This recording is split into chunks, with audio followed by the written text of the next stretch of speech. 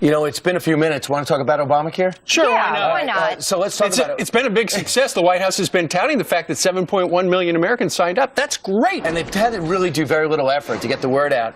Here's an example. RAND study, a service came in and they said, let's just find out who signed up for Obamacare and who didn't. Upon further review, the 7.1 million number that the White House released is actually 3.9 million. Right. This is certainly interesting because of those who were previously uninsured but now insured, they have 7.2 million gained through employer-sponsored insurance, 3.6 million now covered by Medicaid, 1.4 million left in that number signed up through the marketplaces.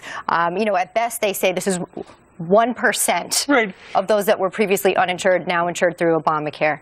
And the juiciest number, Elizabeth, was the last number. So she just said that only 1.4 million Americans got their insurance through the exchanges. Right. We blew up everything for 1%. Think about back to the last election where the Democrats made a big thing about the 1% and the Republicans and the 1%.